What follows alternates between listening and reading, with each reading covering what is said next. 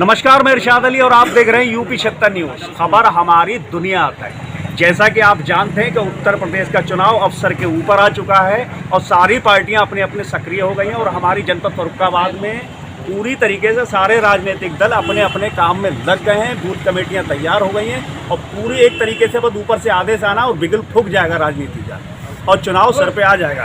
तो आज हम अपने इसी क्रम को लेकर यूपी 76 न्यूज़ यहाँ पर फर्रुखाबाद के फतेहगढ़ में नवदिया में है। यहाँ पर हम एक नुक्कड़ सभा कर रहे हैं। यहाँ पर हमारे सभी पार्टियों के पदाधिकारी भी बैठे हैं, कार्यकर्ता भी बैठे हैं और जनता भी बैठी है। इसी को लेकर एक नुक्कड़ सभा की जा रही है और इस नुक्कड़ सभा में हम बात करते हैं मुद्दों की। तो अपने कांग्रेस के जो पैनलिस्ट हैं, जो अपने कांग्रेस का पक्ष रखेंगे, वो हैं सूबेदार राकेश कुमार सागर, पूर्व प्रदेश उपाध्यक्ष अनुसूचित जाति। और बसपा का जो पक्ष रखेंगे वो हैं रजनीकांत कुशवाहा, पूर्व मंडल कोऑर्डिनेटर। और कांग्रेस के एक और हैं पक्ष रखने के लिए विकास अग्निहोत्री जी, पूर्व जिला संगठन मंत्री।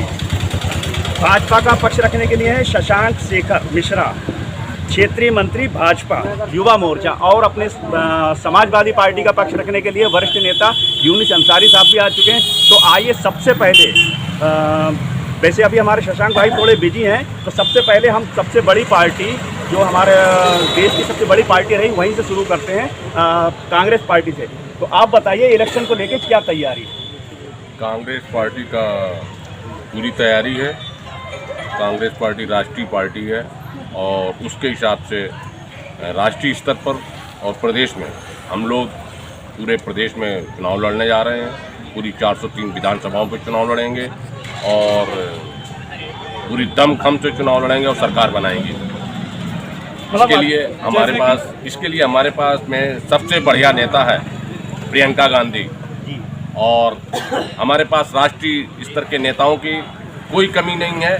और जो अगर कोई मुख्यमंत्री वाली बात है तो हमारे पास मुख्यमंत्रियों के पद के उम्मीदवारों की और ऐसे नेताओं की कोई कमी नहीं है। दर्जनों नेता हमारे पास ऐसे हैं जो मुख्यमंत्री की पद की शपथ ले सकते हैं और हम सरकार बनाने जा रहे हैं। चलिए आपसे अभी सवाल करेंगे, आपने अपना पक्ष रखा, आप जरा बसपा वालों से पूछ लेते हैं इनके चुनाव की क्या तैयारी है, आप बताइए। हमारी तैयारी उत्तर पर चलाना है जी। तो बहुजन समाज पार्टी की जो नीति है उस हिसाब से भले ही दिखाई नहीं पड़ती है, लेकिन हम लोग पूर्व की बात अपने प्रत्याशी चयन में और गठन का गठन करके हम लोग लगे हुए हैं। पूरा भरोसा है कि जो भाजपा सरकार की जुर्म जाति चालू हो गई है, अब कयाम जुर्म जाति हो गई है जो भाजपा की, उसके खिलाफ लोगों को मौका मिलेगा और सरकार में भी। चलिए हमारे एक पैनलिस्ट और बैठे हुए हैं कांग्रेस के, उनसे पूछते हैं कि क्या तैयारी, आप बताइए। जी मतलब अभी जो है हर पार्टी चुनाव की अपनी पूरी रणनीति बना रही है, पूरी तैयारी कर रही है और जब तक प्रत्याशियों की घोषणा न हो जाए जी और मौजूदा परिस्थितियों में जनता का रुझान ना मिल जाए, क्योंकि चुनाव जनता तय करेगी। और जिस तरीके से आप लोगों के जो सर्वे आ रहे हैं टीवी चैनल वालों के, उस हिसाब से तो प्रदेश में कोई भी पार्टी बहुमत के नज़दीक नहीं पहुंच रही है। तो ये जनता जनार्दन तय करेगी कि किसको सत्ता मिलाएगी, किसको सत्ता से बेदखल करेगी। चलिए अभी आपसे और बात करेंगे। अभी पहले एक एक करके सारे पैनलिस्ट हैं और हमारे यहाँ समाजवादी पार्टी के बैठे हुए हैं और हमारे भाजपा के भी आ चुके हैं, उनसे भी बात करते हैं। पहले समाजवादी पार्टी के हमारे वरिष्ठ नेता हैं यूनुस अंसारी जी, इनसे बात कर लेते हैं। आप बताइए चुनाव को लेकर क्या तैयारी है? देखिए अभी मेरे बड़े भाई ने नेता की बात की जी कि हमारे दल में नेता की कमी नहीं है।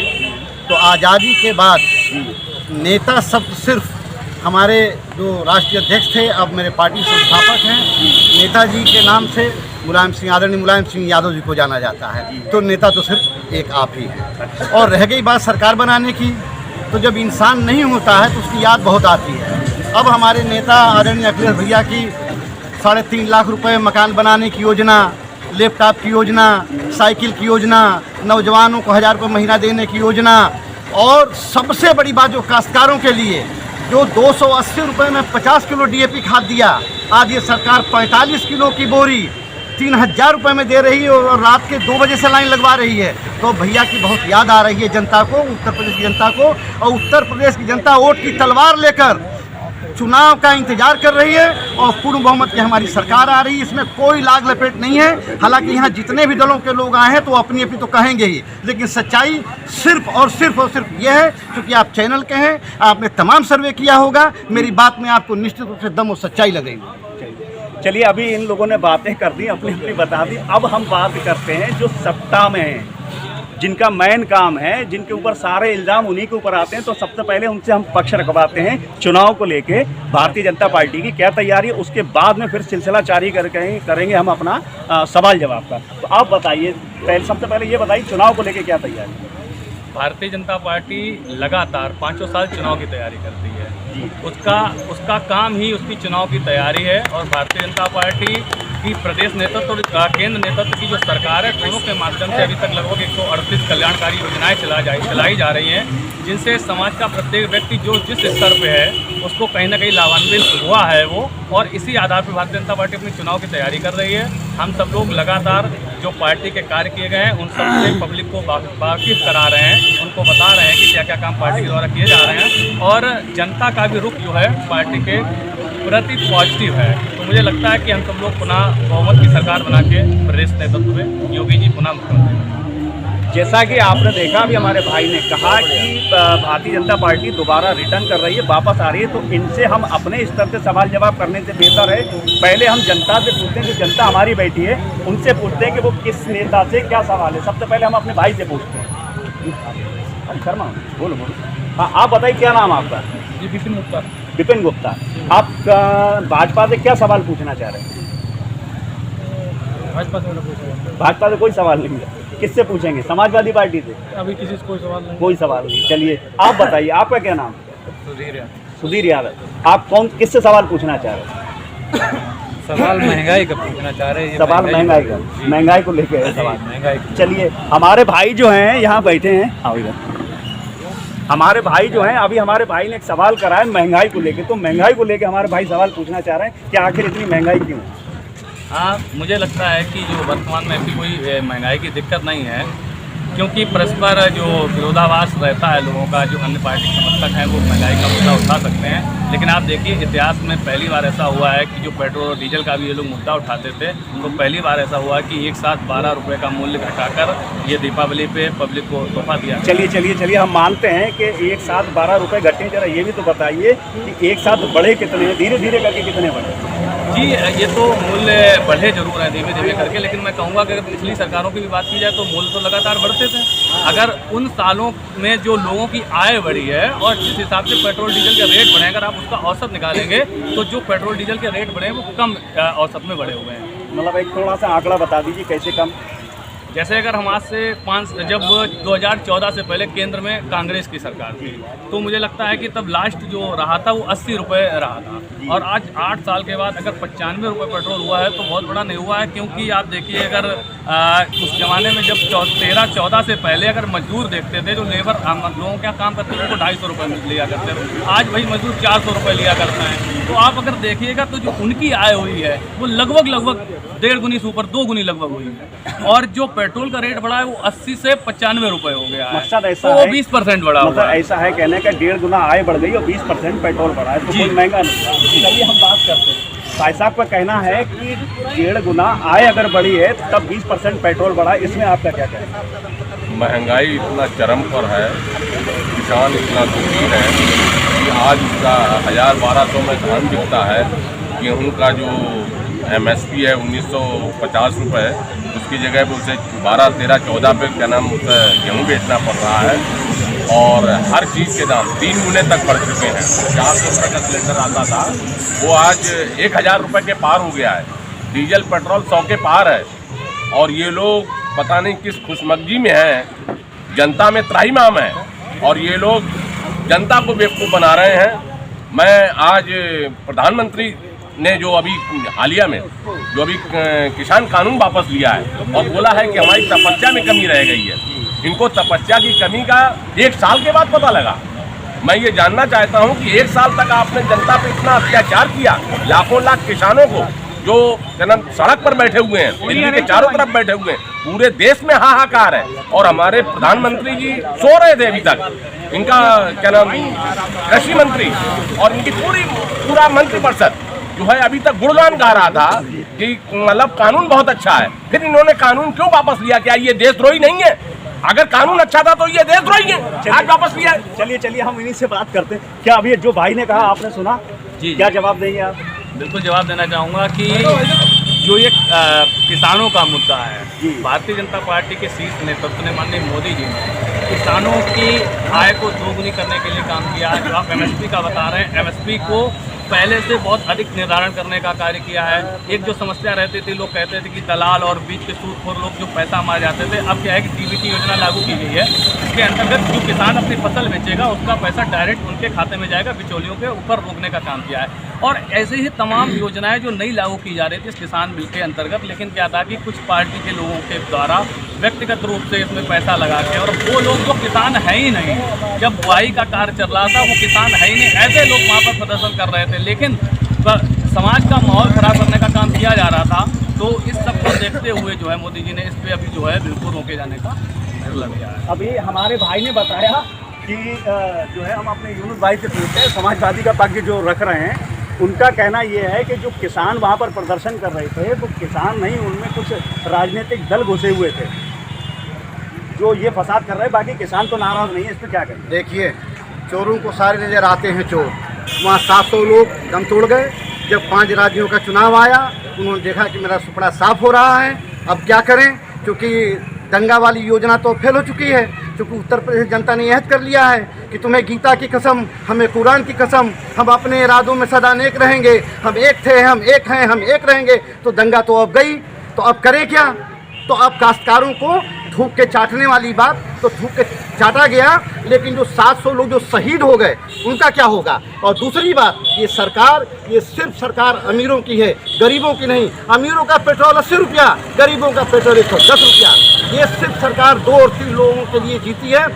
पहले खाद्यान्न गोदाम बन गया और बाद में ये बिल आया था। मंशा देखिए जरा आपसे, ये किसान विरोधी, नौजवान विरोधी, शिक्षा विरोधी, नौकरी विरोधी और इनाल देश विरोधी, यानी 2004 तक ये पार्टी तिरंगा से नफरत करती रही। आरएसएस के कार्यालय में तिरंगा नहीं फहरा, जो आज ये देशभक्त होने का ये जो नाटक करते हैं, तो ये हर तरह से सरकार विरोधी है। और एक बात और बता दें आपको, देखिए मैं सुन रहा था, सुनने की दम रखो, सुनने की दम रखो, सुनने की दम रखो।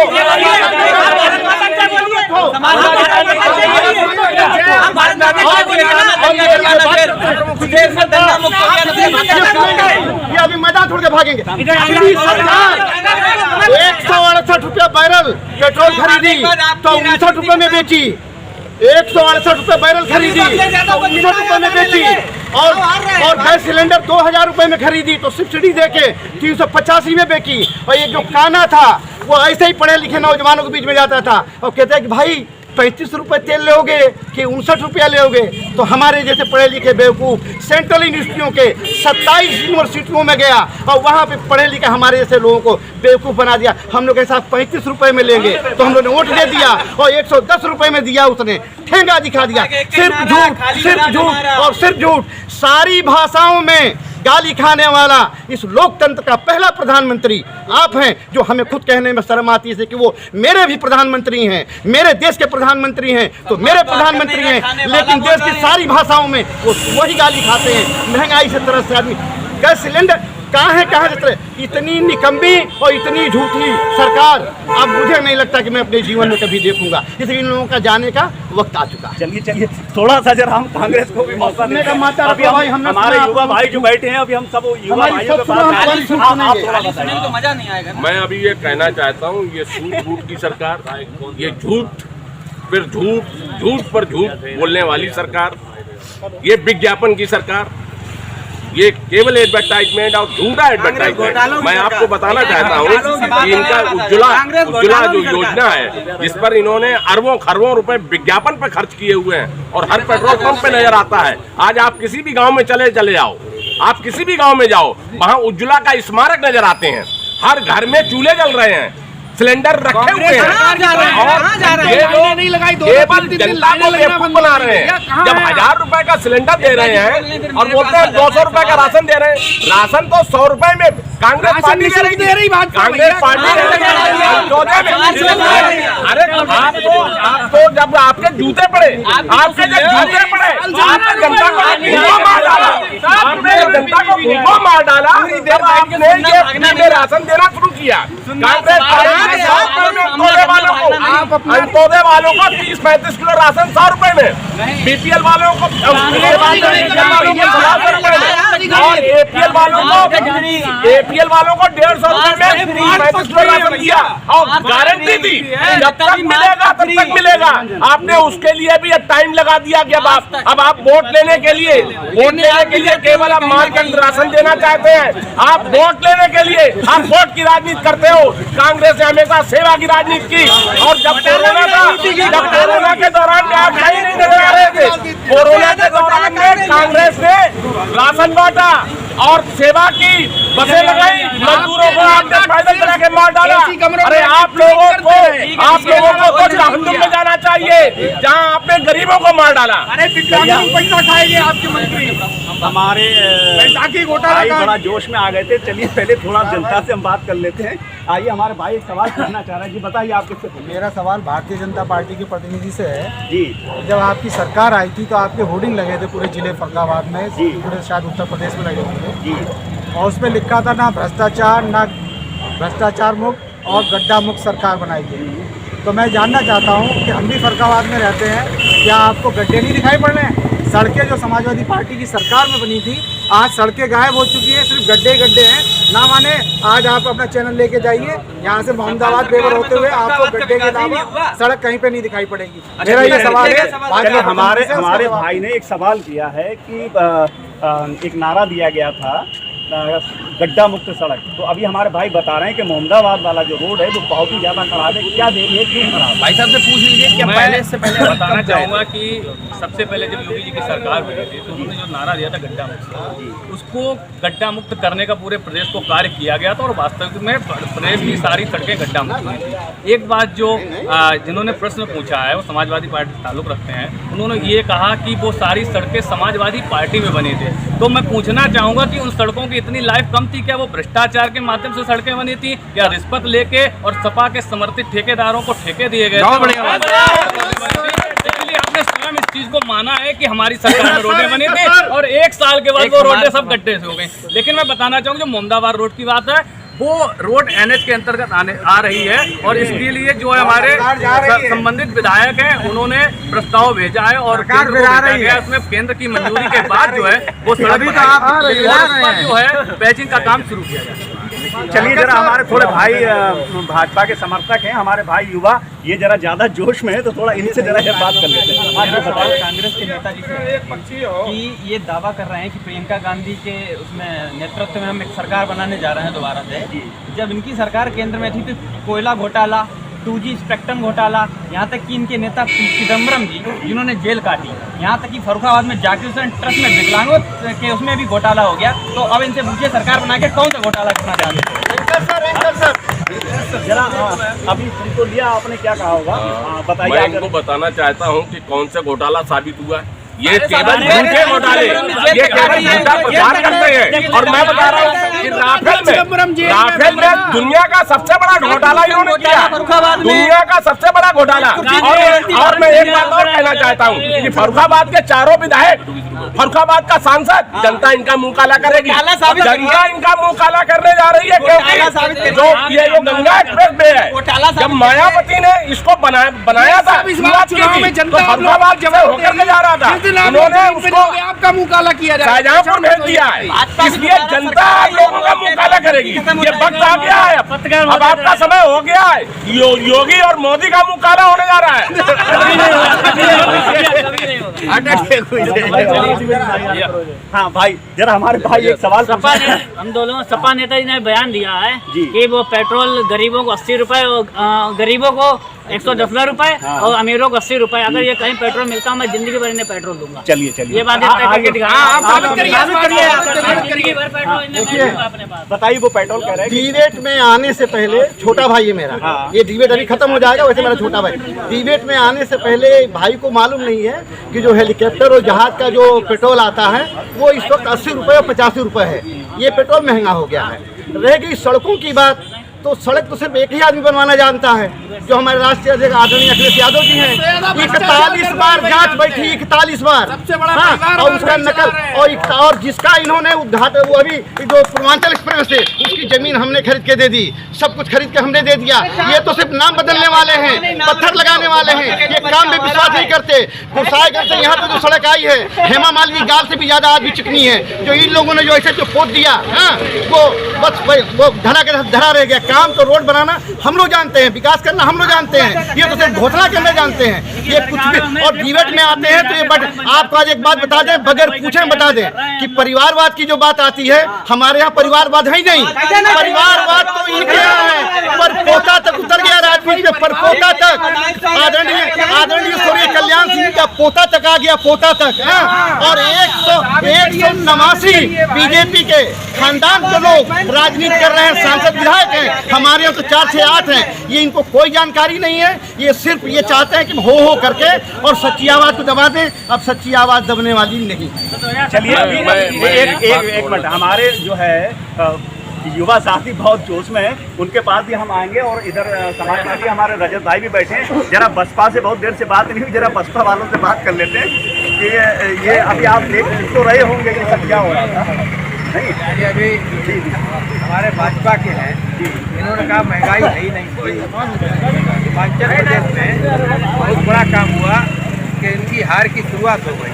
हिमाचल में बीजेपी की सरकार और वहाँ पर कांग्रेस नहीं पहुँची है। उनके मुख्यमंत्री ने माना है कि हम हार के कारण हारे, महंगाई के कारण। जब इनका मुख्यमंत्री मान रहा है कि महंगाई के कारण हम हारे हैं, तो अब इनकी बात की क्या करें? जी बताइए, आप कह रहा है, आप बताइए। जी, अभी हमारे हिमाचल में भाई बता रहे हैं कि हिमाचल के जो मुख्यमंत्री जी हैं वो चुनाव हारे हैं, तो उन्होंने खुद ये स्वीकारा है कि महंगाई के कारण हारे। उनकी बात का जवाब जी, अभी जो चुनाव है वर्तमान नंबर 1 तो उत्तर प्रदेश का चुनाव है, ठीक है। और जो ये प्रश्न उठा रहे हैं उनसे पूछिए। परसों ही उनकी पार्टी की मुखिया ने स्वयं बयान दिया है कि मैं समाजवादी पार्टी को किसी भी कीमत पर हराऊंगी और इसके लिए चाहे मुझे अपने लोगों से भाजपा को वोट कराना पड़े।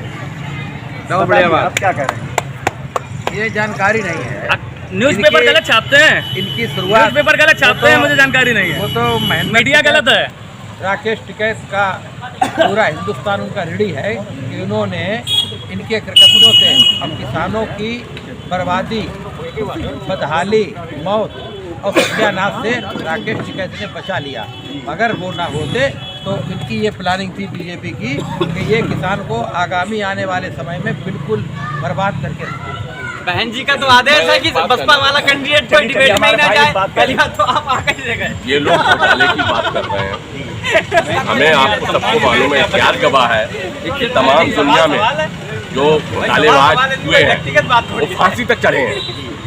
प्रधानमंत्री फांसी पे चढ़ा है, पाकिस्तान का ये हमारे देश में ये पहली बार होगा कि आज ये लोग घोटाले कर रहे हैं, घोटाले पर घोटाले, घोटाले पर घोटाले। लेकिन कोई जांच नहीं। अरे मैं ये कहना चाहता हूँ कि ये देश में पहली बार होगा कि इनका प्रधानमंत्री फांसी पर चढ़ेगा। ये जो आज मोदी है, अगर कल ये जांच होगी तो ये फांसी पर चढ़ेंगे, ये दावा है मेरा। ऐसे में बोलिए, प्रधानमंत्री मोदी फांसी पर चढ़ेगा और प्रधानमंत्री अपने साथ साथ में तमाम कैबिनेट मंत्री भी चढ़ाएगा। ये इतिहास अभी बनेगा। ये आपने लोगों ने इतना घोटाले किए हैं और वो घोटाले आप जांच नहीं करने दे रहे, आप लोग जांच नहीं करने दे रहे। अब ये जांच होगी, जब सरकार बदलेगी तो आप सब जेल में जाएंगे। बहुत देर हो गई और हमारे क्रांतिकारी भाई हैं, बहुत देर तक कहना चाह रहे हैं, तो आइए जरा मेरी लाल के हसीन सपने देख रहे हैं, इनसे बात करते हैं। भाई एक मिनट जरा शांत हो जाइए। जी जी, आप बताइए थोड़ा। अभी कई दलों के प्रतिनिधित्व हो रहा था, भाजपा के भी हैं, कांग्रेस से भी हैं, कई लोगों ने अपनी बात रखी और मैंने उनकी भी सुनी। ये सही है कि उत्तर प्रदेश में अभी बता रहे थे हमारे काबिल साथी कि विकास हुआ, एक्सप्रेस वे सबसे कम समय में इस एशिया का सबसे बड़ा एक्सप्रेस बना और जो पूर्वांचल एक्सप्रेस वे बना उसका भी जो प्रारूप बनाया था वो समाजवादी पार्टी के राष्ट्रीय अध्यक्ष और पूर्व मुख्यमंत्री अखिलेश यादव जी ने बनाया था। उसके अलावा गांव से लेकर शहर तक लेकर लैपटॉप विद्यार्थियों से लेकर कृषकों से लेकर कई योजनाएं उन्होंने जारी करी। लेकिन एक सही बात हम इनसे ही जानना चाहेंगे कि तब भी उत्तर प्रदेश में अमन और भाईचारा की बात करते थे और उससे पहले नेताजी मुख्यमंत्री थे तब भी भाईचारा की बात करते थे। आज जो आवाम के बीच, जनता के बीच, इंसानों के बीच जो एक नफरत का, एक दहशत का जो जहर घोला जा रहा है, हम जानना चाहते हैं इसका जिम्मेदार कौन है? इसका जिम्मेदार समाजवादी पार्टी नहीं है। जो लोग समाजवादी पार्टी, ये वही समाजवादी पार्टी है जब मुलायम सिंह यादव जी समाजवादी पार्टी के राष्ट्रीय अध्यक्ष चित्रकूट के ऊपर से हेलीकॉप्टर जा रहा था, उन्होंने पूछा नीचे कौन सी जगह है, तो पायलट ने कहा चित्रकूट है। मुलायम राष्ट्रीय अध्यक्ष, वर्तमान में संस्थापक नेताजी ने कहा तुमको शर्म नहीं आई, मेरा हेलीकॉप्टर इसके ऊपर तो निकालोगे? वो बनारस में एक सभा करने जा रहे थे, उन्होंने कहा यहाँ भगवान राम रहे थे, मेरा हेलीकॉप्टर इसके ऊपर तो निकालोगे? और इलाहाबाद होते हुए आगे ये हम पाखंड और ढोंग नहीं करते, हम वास्तविक समाजवाद। हाँ, ये अलग जो बात है, हम सही कहते हैं, सामाजिक कार्यकर्ता समाजवादी पार्टी ने सही किया तो सही कहेंगे और गलत। और सही बात यह है, अच्छी बात है, राम जैसे भक्त है, मंदिर बनाए, अच्छी बात है, वही राम है जिनके 100 राजा थे और उन्होंने जातक से भी नीची जात सबरी के झूठे बेर खाए थे। ये खा लेंगे पाखंड कर रहे हैं। चुनाव आया, राम याद तो आ गए आपको, ये भी बढ़िया बात है। अभी तक कहते कहाँ थे आप डेट नहीं कहते थे, गोलियां चलवाते थे, गोलियां कार से गोलियां चलवाई आपने, कभी लॉ एंड ऑर्डर पालन नहीं किया। झूठे बेर खाएंगे, बिल्कुल है। जो सबरी के बेर की बात है, जो भारतीय जनता पार्टी के संस्थापक थे, जिनके हम सब लोग विचारों से प्रेरणा लेकर कार्य करते हैं, दीनदयाल उपाध्याय, पंडित दीनदयाल उपाध्याय, उनकी ही संकल्पना थी, उनकी ही प्रेरणा थी अंत्योदय की प्रेरणा। अंत्योदय मतलब क्या है कि समाज का वो व्यक्ति जो अंतिम पंक्ति पे हो, चाहे वो आर्थिक रूप से गरीब हो, चाहे वो जातिगत पिछड़ा हुआ हो, चाहे वो कोई कैसा भी, वो व्यक्ति जो आर्थिक सामाजिक विकास से काफ़ी दूर है, अंतिम पंक्ति में है, हम उसके विकास की बात करते हैं। और जो अभी समाजवादी पार्टी के साथी ये कह रहे थे अमन चैन की, मैं उनसे पूछना चाहता हूं कि उनको शर्म नहीं आई अमन चैन की बात करते हुए? ये वो लोग हैं जब इनकी सरकार थी और श्री राम के भक्त जब वहाँ जाते हैं तो उनके ऊपर ये गोली चलवाते हैं। और वही समाजवादी पार्टी की सरकार, जिस समाजवादी पार्टी की सरकार में अभी तक सबसे ज्यादा दंगे हुए हैं और हिंदू मुस्लिम दंगे हुए हैं, वो लोग आज अमन चैन की बात करते हैं। आज वो मुझे बता दें कि एक पूरी 4.5 बनाएंगे, आज बढ़ा रहे हैं, बढ़ा रहे हैं, बन रहा है, आपका भक्त स्वागत है वहाँ पर। उसके बाद किसी परिंदे ने पर नहीं मार पाया, किसी भी प्रकार का हिंदू मुसलमान हुआ, इसलिए इनको शर्म करनी चाहिए अमन चैन की बात करते हुए। चलिए आगे बात भाजपा, हाँ बोलिए आप बोलिए। भाजपा हमेशा झूठ बोलती है और भाजपा ने झूठ बोल करके लोगों को बरगलाया, लोगों को बोला कि हम तुमको SC कैटेगरी में डाल देंगे, कंसेप्ट 17 जातियों को इन लोगों ने बेवकूफ़ बनाया, उनका वोट लिया और उनके लिए कोई काम नहीं किया। ये वो लोग हैं जो जनता को बेवकूफ़ बना करके अपने यूज एंड थ्रो करते हैं। अभी इनके तमाम नेता, अभी इनमें भगदड़ होने वाली है। ये अभी इनके सूत्र कह रहे हैं कि 150 टिकट काटेंगे, जब वो 150 टिकट कटेंगे तब वो बड़बड़ाएंगे, तब वो भागेंगे। कल बात क्या है? अरे आपको अभी पता लगेगा, भागने लगे आप लोगों ने उत्तर प्रदेश में जो बाजार छोड़ रखे हैं ना, देश में 2 बाजार देश का बंटा ढाल कर दिए, देश का बंटा ढाल कर दिए ये 2 बाजार। इन बाजारों को जनता बिल्कुल लॉकअप करेगी और इनको फांसी पर चढ़वाएगी। अरे तमाम ऐसे सबूत हैं तुम्हारे खिलाफ कि तुम लोग जेल में जाओगे और जेल में जाने के बाद तुम लोग फांसी पर भी करोगे। ये इनकी सोच है, ऐसा है। भाषा शोभा नहीं करती। आप सत्ता में हैं और जाहिर सी बात है कि जो सत्ता में होता है एक प्रधानमंत्री जो देश के सर्वोच्च पद पे, संवैधानिक पद पे बैठा, उसके लिए फांसी चढ़ेगा शब्द यूज कर रहे हैं। बताइए सरकार आने के बाद ये तो तानाशाही दिखाएंगे। चलिए आइए, एक गोरों के साथ में रहेगा, गोरों के साथ में रहेगा, भगा देगा, अगर ऐसा हो तो एंटोनियो बदलने दो, बिहार आपका इंतजार कर रही है, बिहार आपका इंतजार बताएगा कि सरकार बदलेगी नहीं। एक मिनट हम जरा हमको आपस में उनका विवाद जरा समझा। विवाद नहीं है, विवाद नहीं, सवाल पक्षपात नहीं कर रहे। आइए जी बता रहे हैं कि हम पक्षपात कर रहे हैं, आइए इन्हीं से बात कर लेते हैं। अभी हमारी बात पर काबिल हमारे भाजपा के साथी बैठे, उन्होंने उस बात पर कहा था कि गोलियां चलवा रहे थे। मैं उन्हीं काबिल अपने भाजपा के सम्मानित साथी से आग्रह पूर्वक जानना चाहूंगा कि अगर हम गोली चलवा रहे थे, उसके बाद केंद्र से लेकर प्रदेश में भाजपा की सरकार थी और उसने संसद से लेकर उत्तर प्रदेश के विधानसभा तक ये कहा था कि राम मंदिर हमारे एजेंडे में नहीं है। करते हो और उसके बाद दो बार सरकारें आई। और रही बात गोली चलवाने की, कोई भाजपा नेता नहीं मरा था, जबकि भाजपा ने आंदोलन किया था, आम जनता को मराया।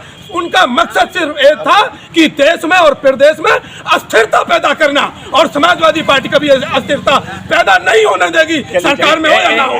आइए हम पहले इस बात का जवाब ले लेते हैं। हम अपने भाई से पहले इस बात का जवाब ले लेते हैं। बताइए आप। जी ये तो गलत बात है। राम मंदिर भारतीय जनता पार्टी के हमेशा संकल्प पत्र में रहा है, और जब से भारतीय जनता पार्टी 1980 से स्थापना हुई है, तब से उनका एजेंडा रहा है राम मंदिर को बनाने का। और आप परेशान ना होइए, अभी तो राम मंदिर बना है, आप दिल थाम के बैठिए, आप दिल थाम के बैठिए और मजबूत हो जाइए। जहाँ जहाँ पर आप जैसे विचारों के लोगों ने मंदिरों को गिराकर मस्जिदें बनाई थी, अब आप परेशान ना होइए, बात सभी जगह मंदिर बनने वाला है।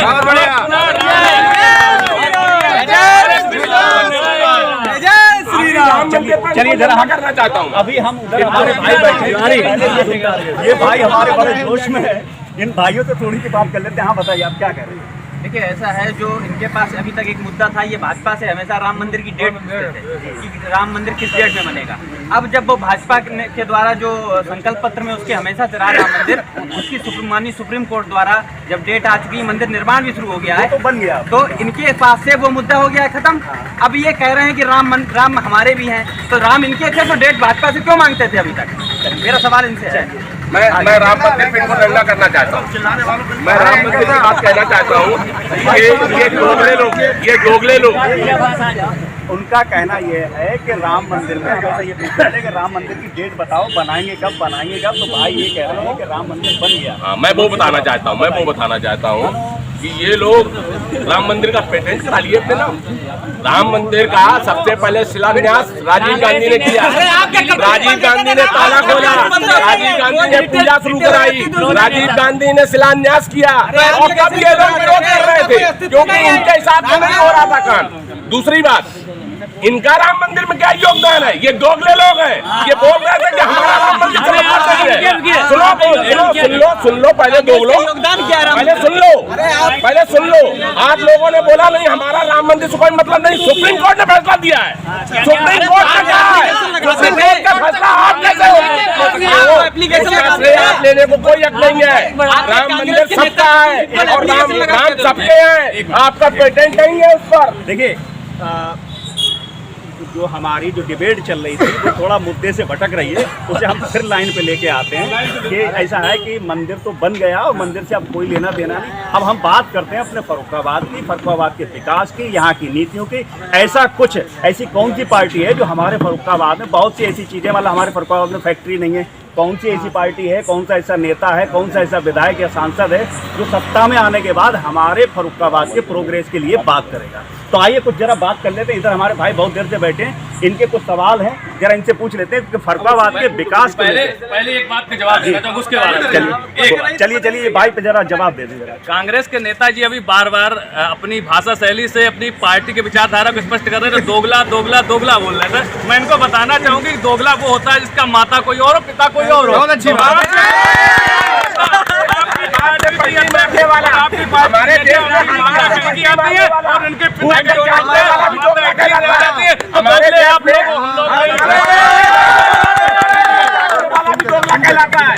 अपने दिमाग में बात बैठा लीजिए कि दोगला कौन है। इनकी माता इटली से आती है और पिता भारत के होते हैं, दोगले बोलोगे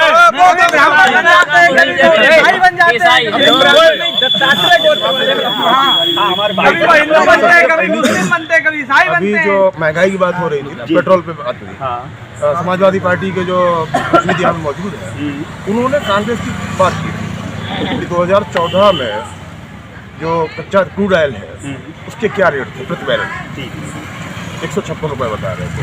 आज 78 रुपये प्रति बैरल जो है क्रूड ऑयल का रेट है। तो उस समय जब पेट्रोल 70 रुपये 72 रुपये बिक रहा था, आज 100 के आसपास क्यों? इसका मतलब तो ये है कि आप लगातार बढ़ा रहे हो। चुनाव आता देखा, आपकी पार्टी चुनाव हारी कई जगह, तो आपने उसे कम कर दिया। पहले अनाप शनाप बढ़ाया, अडानी अंबानी परिवार को सह दे दी कि आप प्राइवेटाइजेशन में जाइए, आप अपनी मर्जी से दाम बढ़ाइए। आज भी अखबार में यही था कि आप जो है भारत सरकार के पास जो इकट्ठा तेल है वो जारी करेंगे जनता के लिए, और धीरे धीरे वो दाम अपने आप कम होंगे। दूसरी चीज़, कोयला घोटाले की बात हुई थी, कोयला मंत्री श्री प्रकाश जायसवाल जी क्या जेल गए थे? लोग चिल्ला रहे थे। हमारे भाजपा के युवा जो जोश है, जो यहाँ पर संख्या बल में ज़्यादा है, वो चिल्ला रहे थे कि कोयला घोटाला हुआ। अगर कोयला घोटाला हुआ तो कोयला मंत्री श्री प्रकाश जायसवाल जी जो हमारे नज़दीकी जनपद कानपुर के, क्या वो जेल गए? लोग चिल्ला रहे जेल गए। अब भ्रष्टाचार की बात आ रही है। चलिए किसी ने कोयला घोटाले में भ्रष्टाचार के आरोप लगा लिया, ठीक है, राफेल में आरोप लग रहे हैं। राफेल घोटाला अमेरिकी संस्था ने घोषित कर दिया है कि राफेल में घोटाला हुआ। आप नहीं मानो तो कोई बात नहीं, लेकिन सबसे बड़ी चीज़, आप राम के नाम पे घोटाला करते हैं। अभी घूम पे घोटाला हुआ है, जो आस्था से जुड़ी हुई चीज़ है उस पर आप घोटाला कर रहे हैं। वो अडानी अंबानी परिवार को पर्यटन स्थल के लिए सौंप रहे हो। डड्डा साहब आज अखबार में कह रहे हैं नहीं साहब, राम तो सबके हैं और सब लोग जाके मत्था टेकें। क्या राम इनके कॉपीराइट है?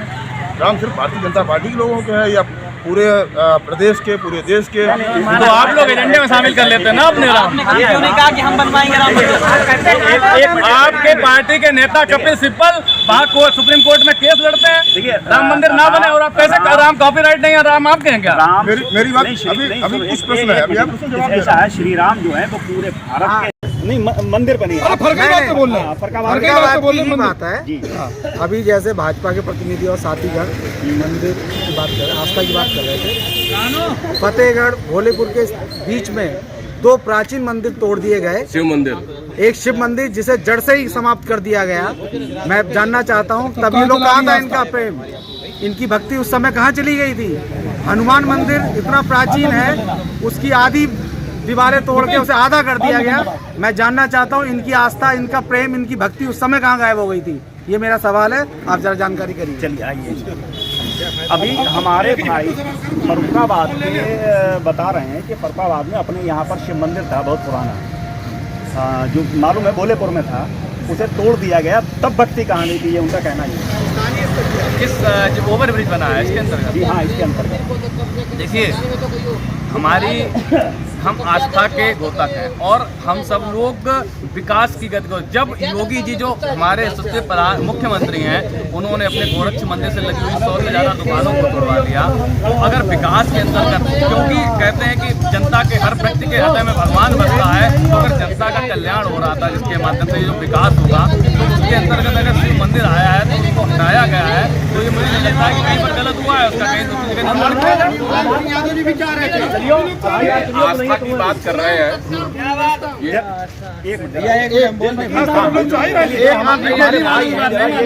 भाई हमारे बहुजन समाज पार्टी का पक्ष कर रहे हैं। चलिए हम पहले इनसे पूछ लेते हैं। हाँ, ऐसा है, जो भारतीय जनता पार्टी सरकार है, इनका विकास से कोई लेना देना कुछ नहीं करता। इनके पास एक अफीम है धर्म की, ये उसी का इस्तेमाल करते हैं। इसके अलावा इनके पास कुछ भी नहीं है। और इन्हें भरोसा है कि हमारे पास जो धर्म की, दंगे की, हिंदू मुस्लिम की जो अफीम है वो चटा देंगे और सरकार बन जाएगी। वो इस बार नहीं बननी है। वो पुराना, इनका नुस्खा पुराना हो चुका है और इनका विकास से उससे कोई लेना देना नहीं। सिर्फ हिंदू मुस्लिम करना, पाकिस्तान करना, जिन्ना करना, ये इनका काम। और इसी भरोसे ये दुर्भाग्य है कि एक बार सरकार भी बन चुकी है लेकिन वो फार्मूला दोबारा नहीं आएगा और इनके पास कुछ नहीं है। जी, कि सपा की सरकार आ रही है। धर्म की बात पुनः भाजपा सरकार, इतिहास सपा की सरकार आ रही है। आइए हम रजत भाई कह रहे हैं, अब जब यूनुस भाई तो थोड़ा बोल लेते हैं। हाँ यूनुस भाई आप बताइए। देखिए, ऐसा है, देश में एक प्रधानमंत्री हुए पंडित अटल बिहारी वाजपेयी जी, मेरी कलम से बहुत बेहतर प्रधानमंत्री हुए। महंगाई पे भी उन्होंने कंट्रोल किया था, भ्रष्टाचार पे भी कंट्रोल किया था और तमाम पड़ोसी देशों से उन्होंने संबंध भी बहुत बेहतर किए ऑन रिटर्न। लेकिन उन्होंने मालूम क्या कहा था कि जब देश का राजा, देश का प्रधानमंत्री देश की चीज़ें बेचने लगे तो उससे निकम्मा देश का प्रधानमंत्री नहीं हो सकता और उसको लोकसभा से उठा के फेंक देना चाहिए। ये देश के सर्वश्रेष्ठ प्रधानमंत्री ने कहा था। और आज हमारे देश के प्रधानमंत्री ने गेल बेच दिया, भेल बेच दिया, जहाज बेच दिया, रेल बेच दिया, मतलब जो पाया वो बेच दिया। अब इतना ये विराट राष्ट्र है और इतनी भाषाओं में इतनी शक्ति बटा हुआ है कि वो देश नहीं बेच पा रहे हैं, वरना वो देश भी बेच देते। चलिए हमारे भाई बता रहे हैं, भाई मैंने थोड़ा है, जरा जनता से बात कर लेते हैं। आपका नंबर आया था,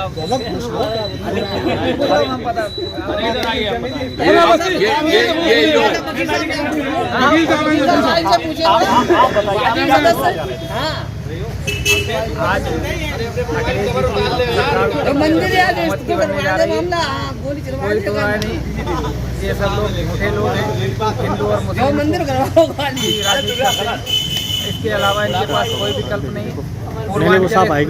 समाजवादी की सरकार में किया गया, आपने अपनी सरकार में बता रहे हैं। मेट्रो लखनऊ में समाजवादी पार्टी सरकार में दी गई, उसका उद्घाटन भी समाजवादी पार्टी के मुखिया हमारे मुख्यमंत्री जी ने किया।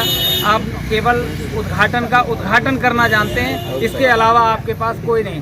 दूसरे यमुना एक्सप्रेस जी बहन जी की सरकार में बना था। यमुना एक्सप्रेस भी उसको आप चाहते तो आगरा के लिए दूसरी कोई रोड बना सकते थे, दूसरा एक्सप्रेस वे बना सकते थे।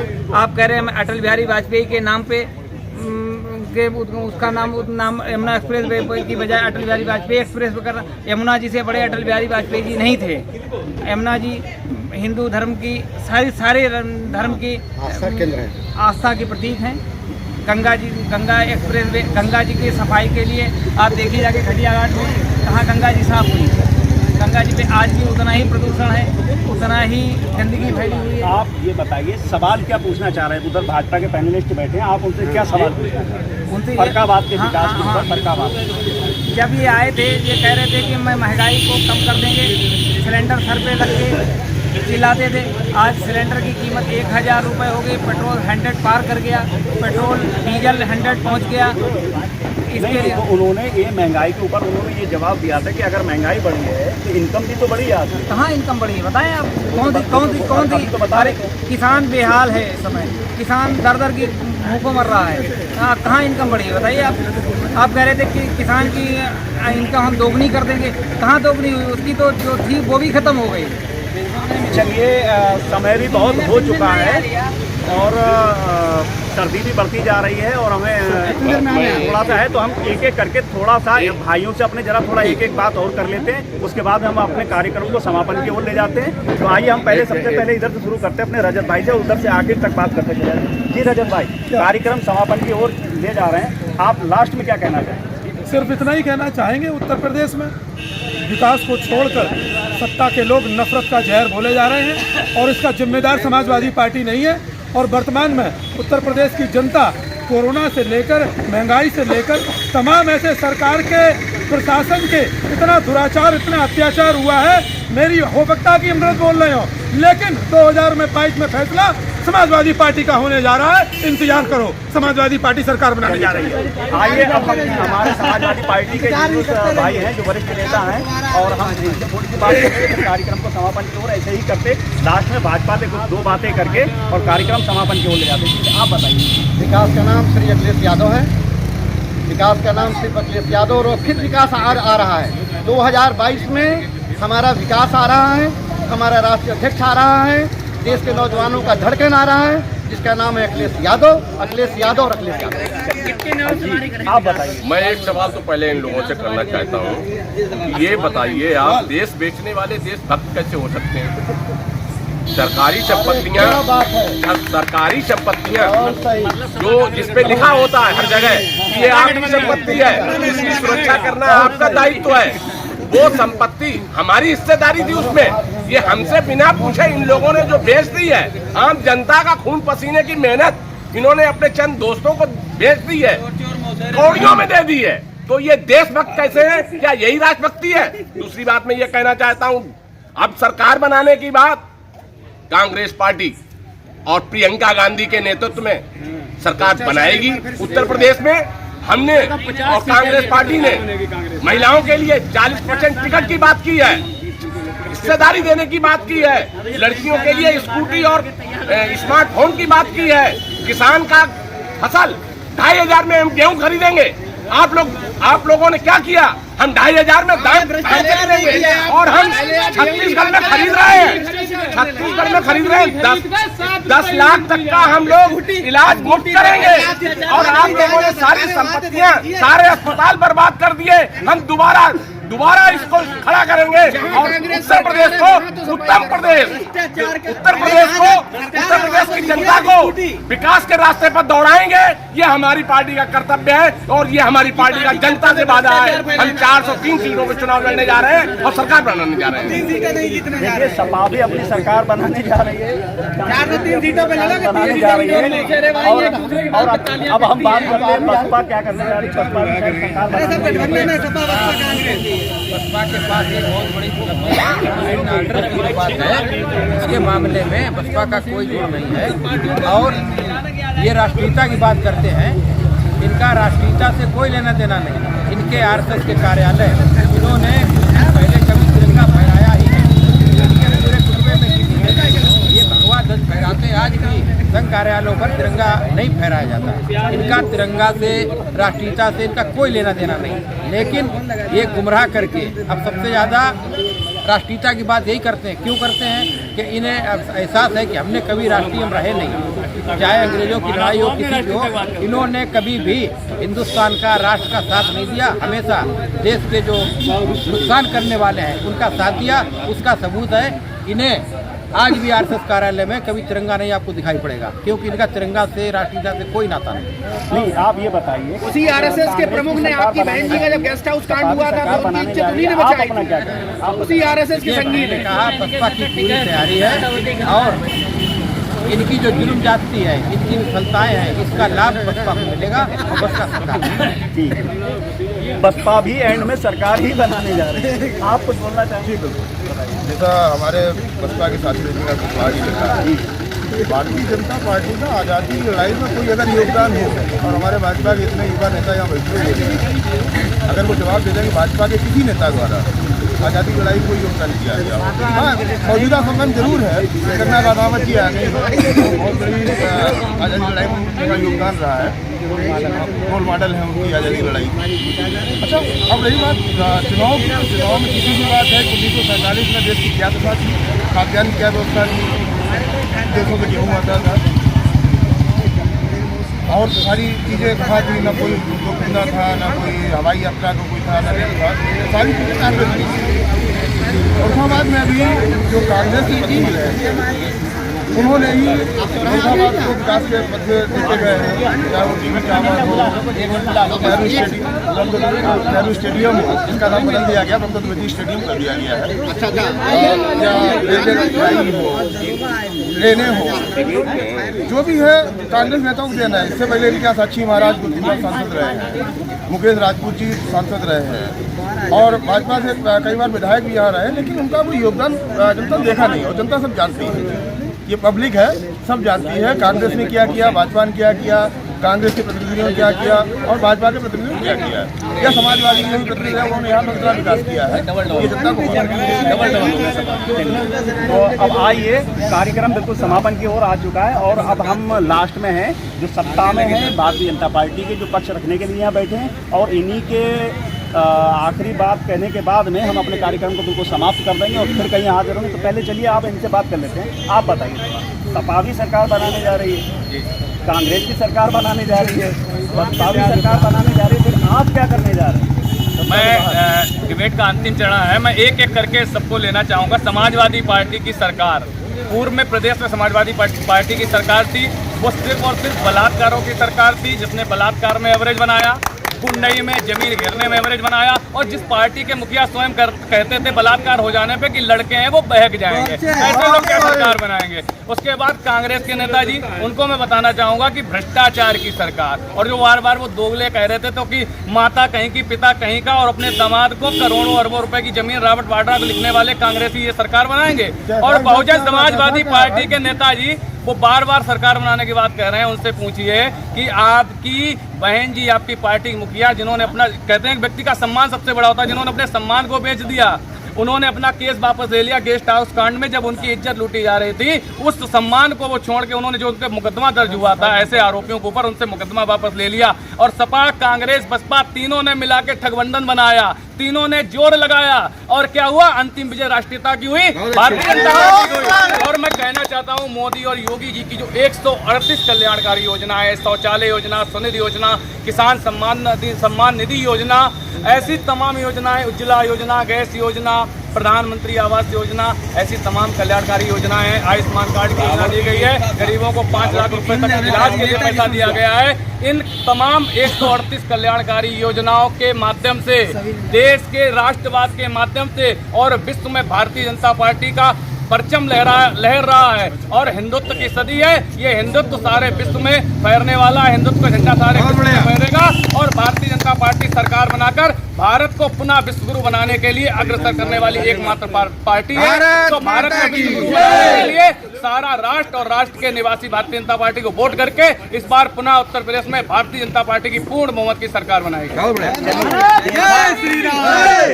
आपने जैसा देखा कि हमारे सारे पैनलिस्ट थे भारतीय जनता पार्टी से, और सपा से थे, लोग जो हैं यहाँ पर हमारे फरुखाबाद में सपा की भी सरकार बनने जा रही है, बसपा की सरकार बनने जा रही है, भाजपा की भी सरकार बनने जा रही है, और कांग्रेस की भी सरकार बनने जा रही है। लेकिन मैं आपसे कहना चाहूँगा, आप देखते रहिए यूपी क्षेत्र न्यूज। और एक मैं ऐसे निवेदन करना चाहूँगा, यदि आपने हमारे चैनल को सब्सक्राइब नहीं किया है तो चैनल को सब्सक्राइब करें, इस खबर को लाइक करें, शेयर करें, कमेंट करें, और देखते रहें यूपी क्षेत्र न्यूज। हम फिर मिलेंगे इसकी दूसरी डिबेट में, कहीं और जनता का मूड जानने के लिए, किसी और नुक्कड़ सभा में। तब तक के लिए मैं आपका दोस्त इरशाद अली अपने शाहरुख खान के साथ, जय हिंद।